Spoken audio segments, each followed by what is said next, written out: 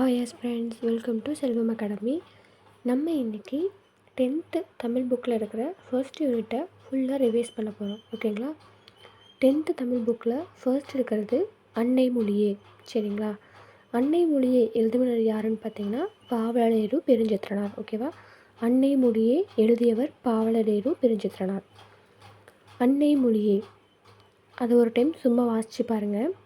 அன்னை மொழியே அழகார்ந்த செந்தமிழே, முன்னைக்கும் முன்னை முகிழ்த்த நறுங்கனியே, கன்னிக்குமரி கடல் கொண்ட நாட்டிடையில் மன்னி அரசிருந்த மண்ணுலகப் பேரரசே, தென்னன் மகளே திருக்குறளின் மாண்புகளே, இன்னரும் பார்ப்பத்தே என் தொகையே நற்கணக்கே, மண்ணுஞ்சிலம்பே மணிமேகலை வடிவே, முன்னும் நினைவால் முடிதாள வாழ்த்துவமே.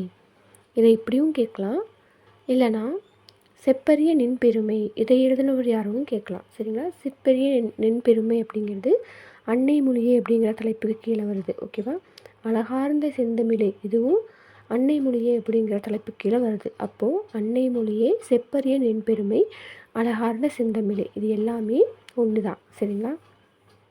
செப்பரிய நின்பெருமை அதற்கு கீழே வர்றது பாருங்கள். செந்தமிழே உள்ளுயிரே செப்பரிய நின்பெருமை எந்தமிழ்னா எவ்வாறு எடுத்தே உரைவிரிக்கும், முந்தை தனிப்புகழும் முகிழ்த்த இலக்கியமும் விந்தை நெடுநிலைப்பும் வேறார் புகழுரையும் உந்தி உணர்வெழுப்ப உள்ள கனல் மூல செந்தா மரைத்தேனை குடித்தே சிறகரந்தா அந்தும்பி பாடும் அதுபோல யாம் பாடி முந்தூற்றோம் யாண்டும் முழங்கத் தமிழ் தனித்தமிழே. இதை எழுதுறது யாருன்னா பாவலரேறு பெருஞ்சித்திரனார். ஓகேங்களா? இது மெமரி பண்ண வேண்டியதில்லை, பட் கொட்டேஷன் கொடுத்தா அது கண்டுபிடிக்க தெரியணும். அந்த அளவுக்கு நீங்கள் படிச்சுட்டீங்கன்னா போதும். இந்த பாட்டுடைய மீனிங் என்னென்னு பாருங்கள். அன்னை மொழியே அழகு நிறைந்த செந்தமிழே, நீ எப்படி இருக்கியம்மா, பழமைக்கும் பழமையாக இருக்க. சரிங்களா? நறுங்கனியே என்பது நல்ல கனி. சரி, நல்ல மனம் கொண்ட ஒரு கனி. அதான் கடல் கொண்ட குமரிக்கண்டத்தில் நம்ம இந்த குமரிக்கண்டம் கடலே மூழ்கியே போனாலும் அந்த நிலைமையிலும் அரசாண்ட மண்ணுலகப் பேரரசே, இந்த தமிழ் என்னாகுதாம்மா அப்பவும் அரசாளுது அப்படிங்கிறாரு. பாண்டிய மன்னனின் மகளே, தமிழ் யாருக்கு ஓமையாக சொல்கிறாங்க? பாண்டிய மன்னனுடைய மகள் அப்படின்னு சொல்கிறாங்க. திருக்குறளால் மேன்மையான பெருமைக்குரியவளே, உன்னுடைய பெருமை இன்னும் எப்போ மேலே போச்சு அப்படின்னா திருக்குறளால். இனிய 10 பாட்டே 8 தொகையே நல்ல 11 கீழ்கணக்கே நிலைத்த சிலப்பதிகாரமே அழகான மணிமேகலையே. சரிங்களா? இது தமிழ் இன்னும் பெருமையான விஷயம் என்னென்னு பார்த்தீங்கன்னா 10 தொகை, இனிய 10 தொகைன்றாங்க. இனிய 10 பாட்டு 8 தொகை நல்ல 11 கீழ்கணக்கு. சிலப்பதிகாரம் எப்படி இருக்காமா? நிலைச்சிருக்கு. சரிங்களா? நிலைத்த சிலப்பதிகாரம் அழகான மணிமேகலை. சரிங்களா?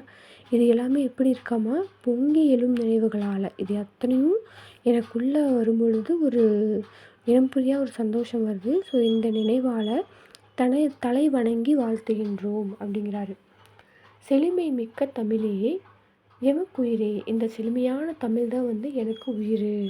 சொல்லுதற்கரிய நின் பெருமையே, உன்னுடைய பெருமையை என்னால் சொல்லவே முடியாது, அவ்வளவு இருக்குது. அதெல்லாம் என்னோடய நாக்கு எப்படி தான் சொல்லுமோ தெரியல. சரிங்களா? பழம்பெருமை அதாவது ரொம்ப பழமையாக இருந்தாலும் உனக்குன்னு ஒரு தனி சிறப்பு இருக்குது, இலக்கிய வளமும் இருக்குது. ஸோ இது எப்படி இருக்காமா? ரொம்ப ஆச்சரியப்படுற விதமாக. சரிங்களா? வியக்கத்தக்கனது ஆச்சரியப்படுற விதமாக உன்னுடைய இந்த நீண்ட காலம் நிலைத்து நிற்கிற தன்மை அதுவும் எனக்கு ஆச்சரியமாக இருக்குது.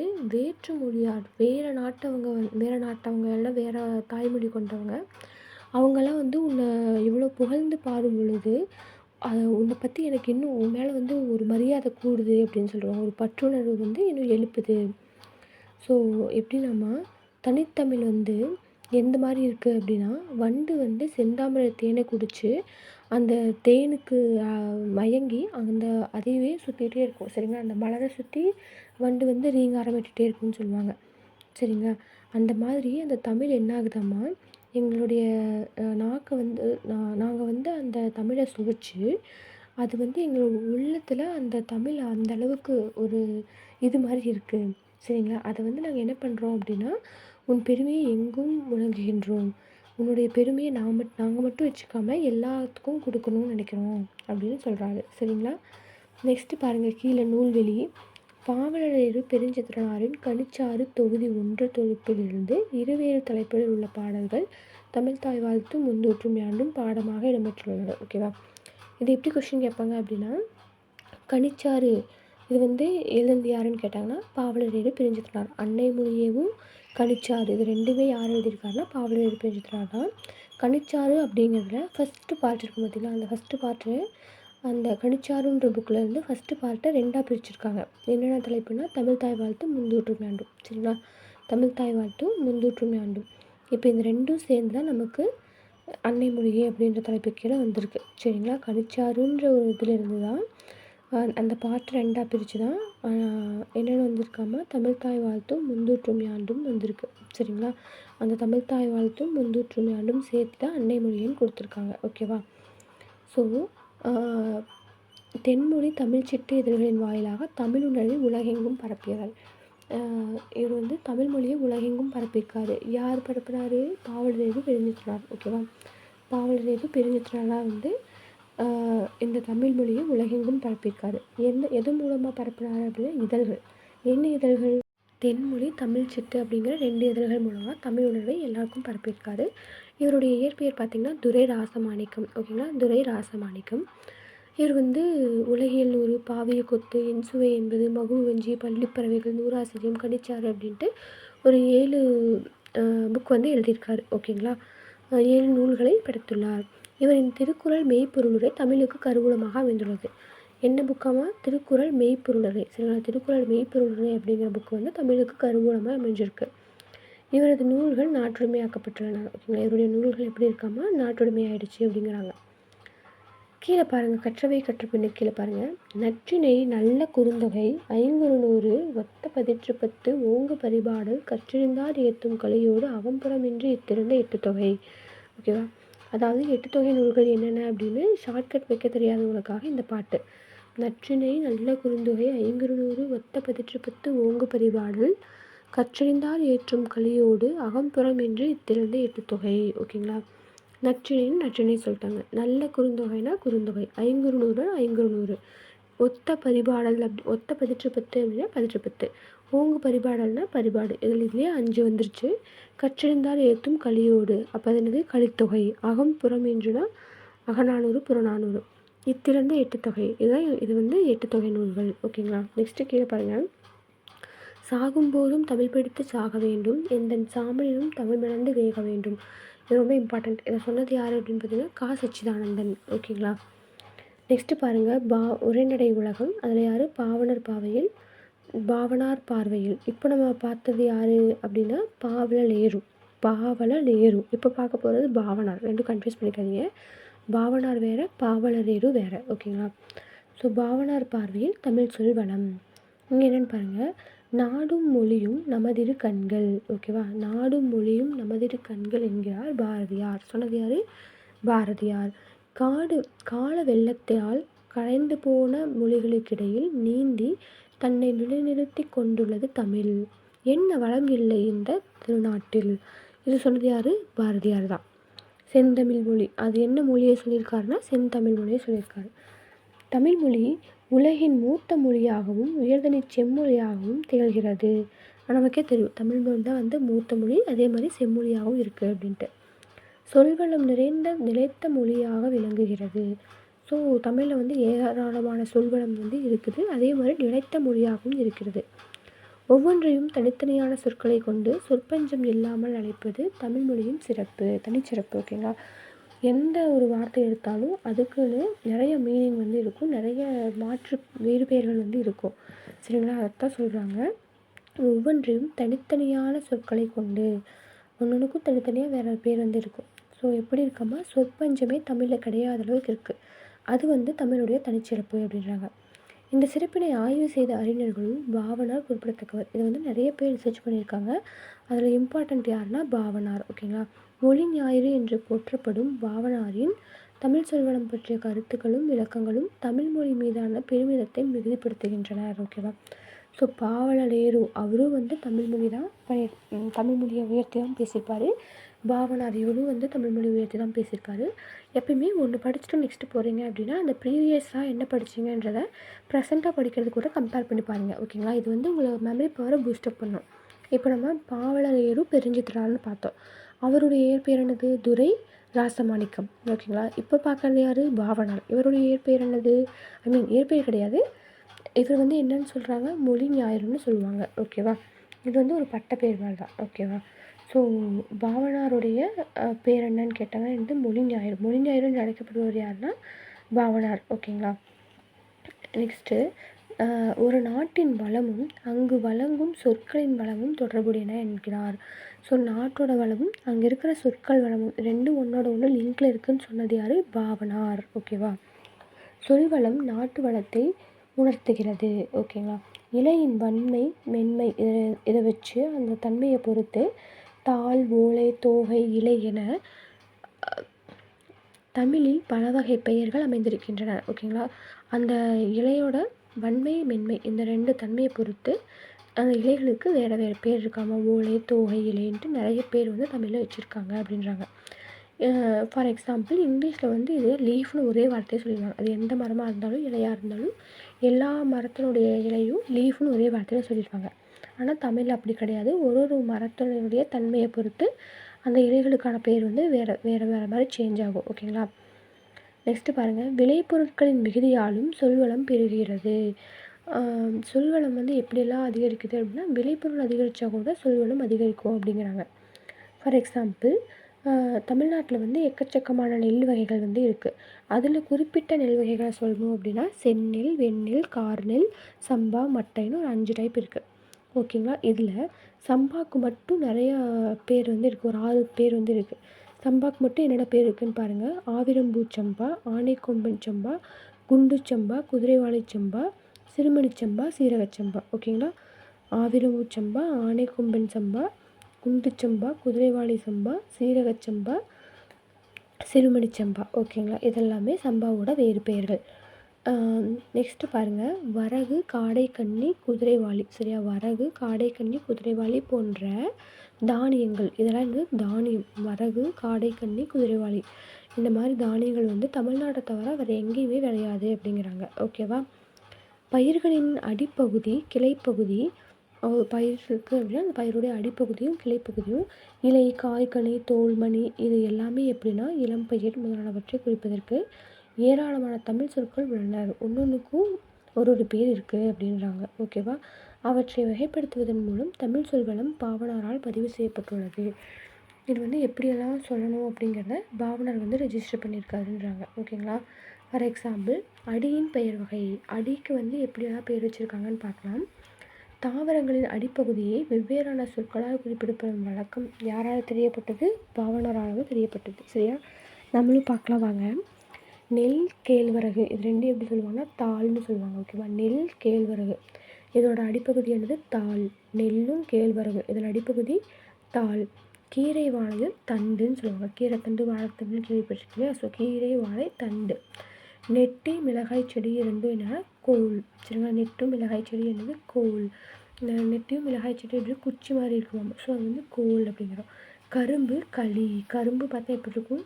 அது வந்து அந்த சக்கரை ஜூஸ் போட்டதுக்கப்புறம் எப்படி இருக்கும்? களி மாதிரி இருக்கும். ஸோ கரும்பு, களி. மூங்கில், களை. மூங்கில் வந்து கலைப்பொருட்கள் பண்ணுறதுக்கு யூஸ் பண்ணுவாங்க. ஸோ மூங்கில், களை. லை மட்டும் டிஃப்ரெண்ட்டாக பாருங்கள். சிறப்பு லகரம் வந்துருக்குங்க கலைக்கு. புளி, வேம்பு உள்ளிட்ட மரங்கள் வந்து எப்படின்னா அடி. ஏன்னா புளி மரத்துலேயும் வேப்ப மரத்துலேயும் பேய் பிடிச்சிருக்குன்னு சொல்லுவாங்க. ஸோ பேய் பிடிச்சா சாட்டை வரத்து நல்லா அடின்னு அடிப்பாங்களா, அதுதான் இங்கே சொல்லியிருக்கேன். ஸோ புளி, வேம்பு உள்ளிட்ட மரங்கள் எனக்கு அடி. அப்படியே மேலே பாக்ஸில் பாருங்கள். உலகத்திலேயே ஒரு மொழிக்காக உலக மாநாடு நடத்திய முதல் நாடு எதுன்னு பார்த்தீங்கன்னா அது மலேசியா. இம்பார்ட்டண்ட் ஒன்று. அந்த மாநாட்டிற்கான முதல் மொழி என்னன்னு பார்த்தீங்கன்னா தமிழ் மொழி தான். சரிங்களா? இதை வந்து யார் சொல்லியிருக்காங்க அப்படின்னா பன்மொழி புலவர் அப்பாத்துரையார். சொன்னவர் யாருன்னா பன்மொழி புலவர் அப்பாத்துரையார். அப்பாத்துரையார் யார்? பன்மொழி.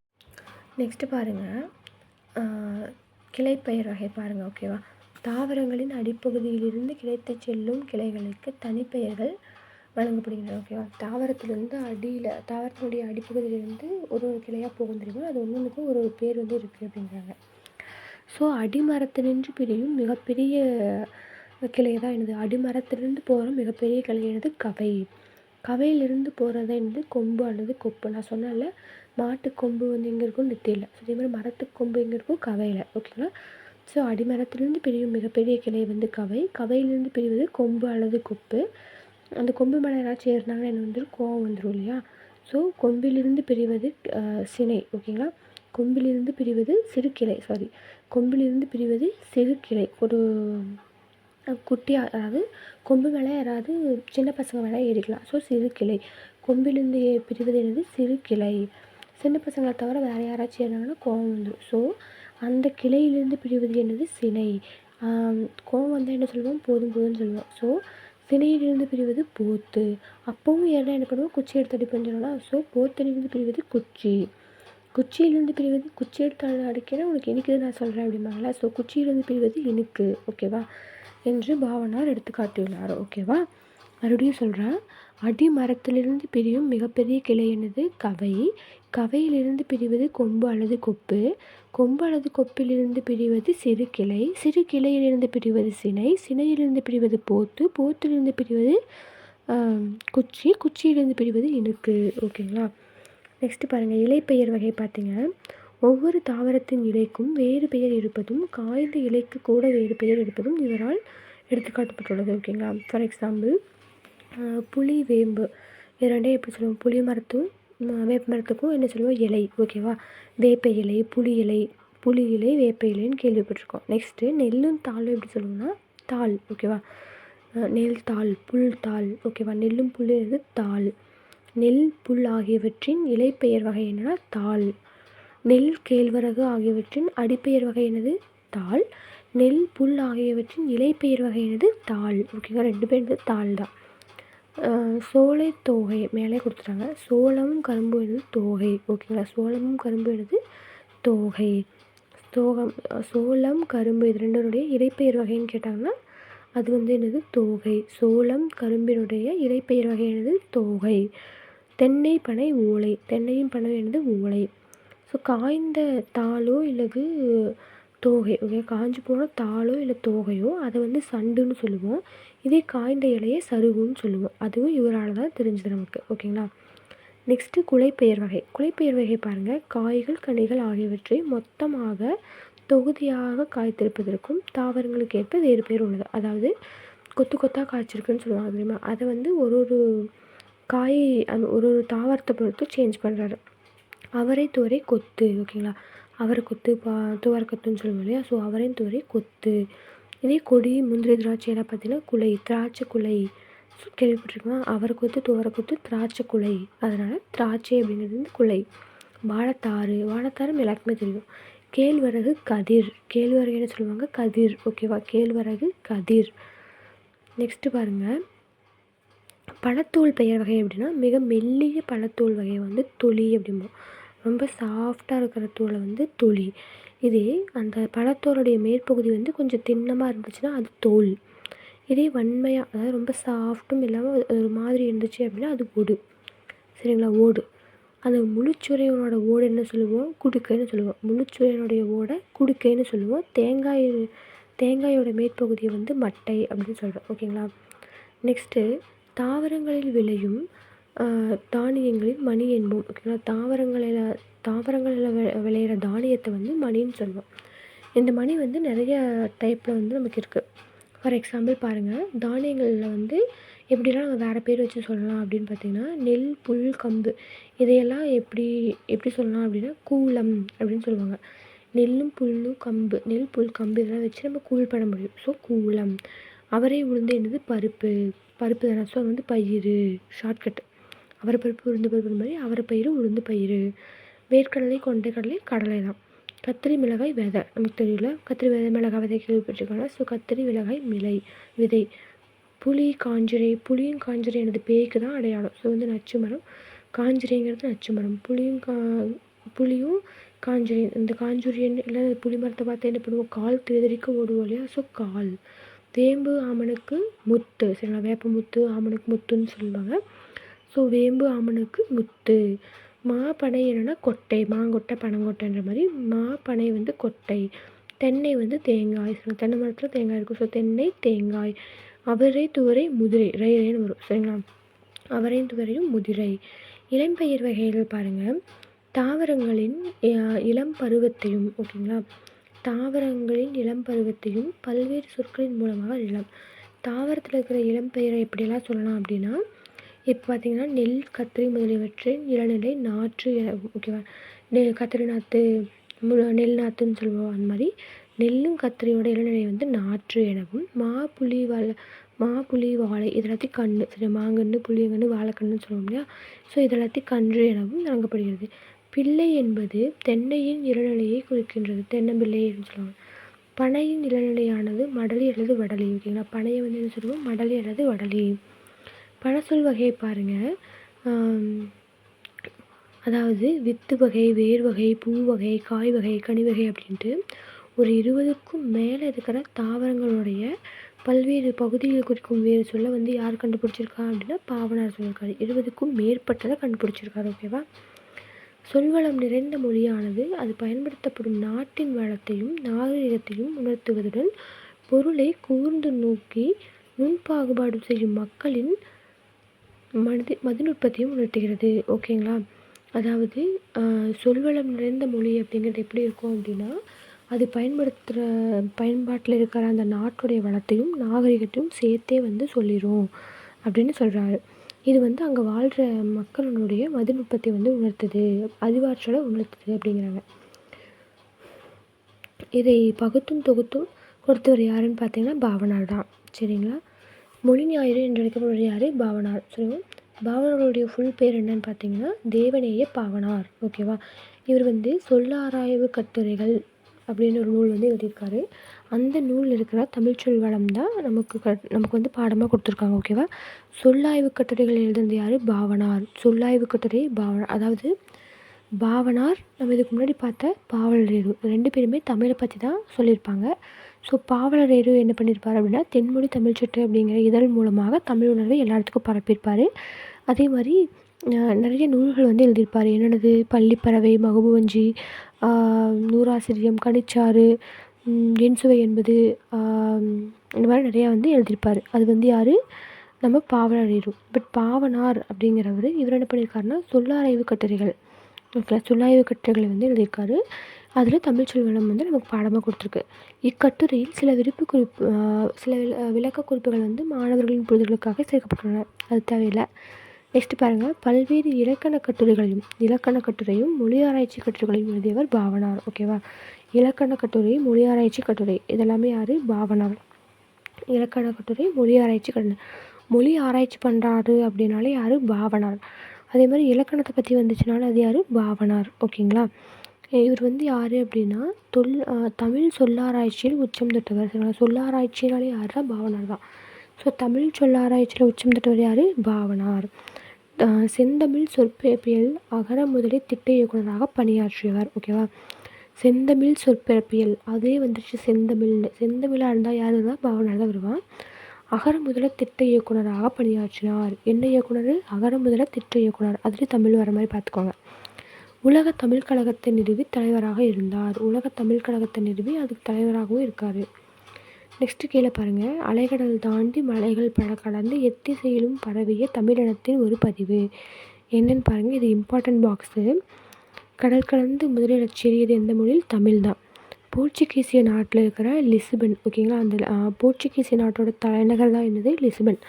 அதில் 1554 கார்டிலா அப்படின்ற ஒரு நூலை வந்து ஃபஸ்ட்டாக தமிழில் டிரான்ஸ்லேட் பண்ணியிருக்காங்க. இது வந்து ரோமின் வரிவடிவில் இருக்குது. இதோட முழு பேர் பார்த்திங்கன்னா கேத்ரா டி லிங்கே தமிழ் போர்ச்சுகல்ஸ் அப்படின்னு வந்து வரும். இது வந்து அந்த காலத்துலேயே வந்து 2 லாங்குவேஜில் கவிமேனம் வந்து எதை சரின்னு அப்படின்னு நினைக்கிதோ அதுதான் சரி.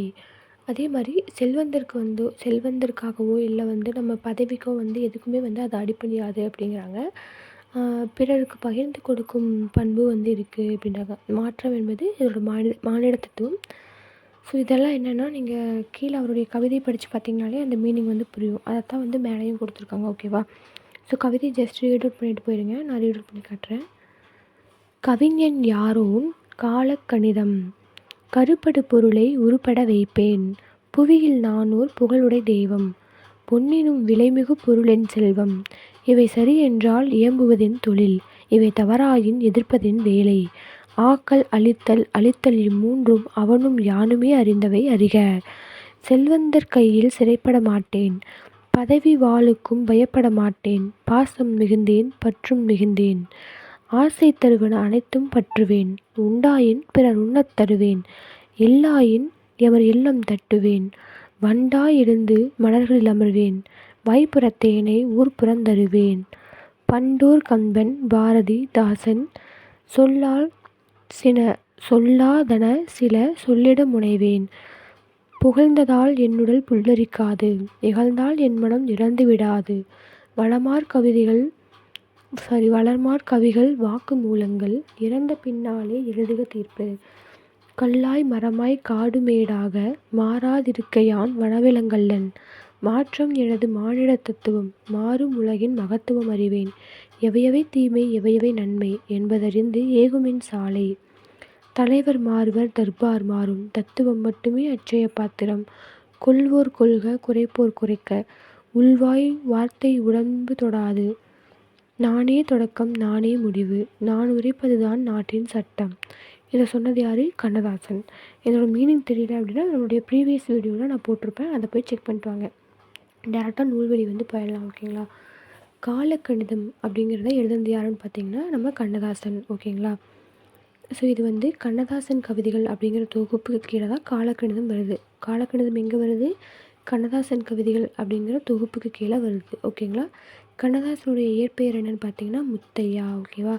இவருடைய இயற்பெயர் என்னது? முத்தையா. இவர் சிவகங்கை மாவட்டத்தில் சிற்றூரான சிறுகூடல்பட்டியில் பிறந்தார். சிவகங்கை மாவட்டம் சிறுகூடல்பட்டி அங்கே பிறந்திருக்காரு. அது எப்படின்னா சிற்றூர், ஒரு சின்ன ஊர் தான். இவரது பெற்றோர் யாருன்னு பார்த்தீங்கன்னா சாத்தப்பன் விசாலாட்சி. இவங்க அம்மா அப்பா யார்? சாத்தப்பன் விசாலாட்சி. இவர் 1949 என்ன பண்ணியிருக்காருன்னா கலங்காதிரு மனமே அப்படிங்கிற ஒரு பாட்டை திரைப்பட பாட்டாக எழுதியிருக்காரு. அப்போ இருந்து இவர் திரைப்பட பாடலாசிரியராக மாறிட்டார். ஓகேங்களா? எப்போது? 1949, 1949. அப்போ இருந்து திரையுலகிலும் சரி இலக்கிய உலகிலும் சரி இவர் தான் சிறந்து விளங்கினார். ஓகேங்களா? ஸோ இவர் ஒரு ஸ்டேஜில் என்னவா ப்ரமோட் ஆகிட்டார் அப்படின்னா சிறந்த கவியரங்க கவிஞர்களாக ஒருவராகவும் பேச்சாளராகவும் திகழ்ந்தார். ஓகேவா? கவியரங்க கலைஞராகவும் பேச்சாளராகவும் இருந்தவர் யாருன்னா கண்ணதாசன். இவர் அவர் தன்னுடைய திரைப்பட பாடல்கள் மூலம் என்ன பண்ணுறாரு அப்படின்னா ஃபிலாசபி, அதாவது மெய்யியலை மக்களோடு கொண்டு சென்றார். சரிங்களா? மெய்யியலை மக்களுக்கிடையில் கொண்டு சேர்த்தார்.